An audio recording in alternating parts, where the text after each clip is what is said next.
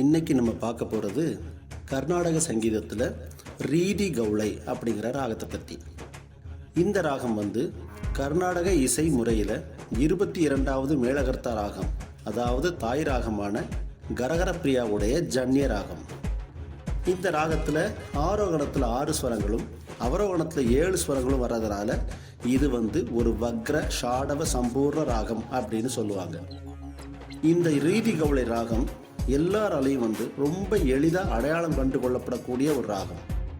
ஆன்மீக உணர்வுகளையும் பக்தி முயற்சியால் உண்டாகக்கூடிய உள்ளார்ந்த மகிழ்ச்சியையும் தூண்டக்கூடிய ஒரு ராகமாக இதை சொல்கிறாங்க. இந்த ராகத்துடைய சிறப்பம்சம் என்னன்னா, இதனுடைய தனித்துவமான ஒரு வசீகரம்.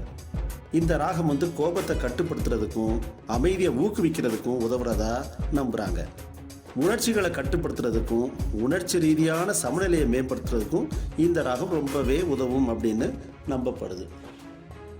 இந்த ராகத்தில் அமைஞ்ச சில தமிழ் திரை இசை பாடல்களை இப்போ நம்ம பார்க்கலாம்.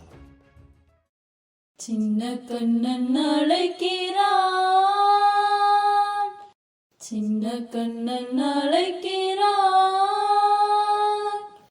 ராதையை பூங்கோதையை அவள் மனம் கொண்ட ரகசிய ராகத்தை பாடி, அழகான ராட்சசியே அடி நெஞ்சில் குதிக்கிறியே, முட்டாசு வார்த்தையிலே பட்டாசு வெடிக்கிறியே.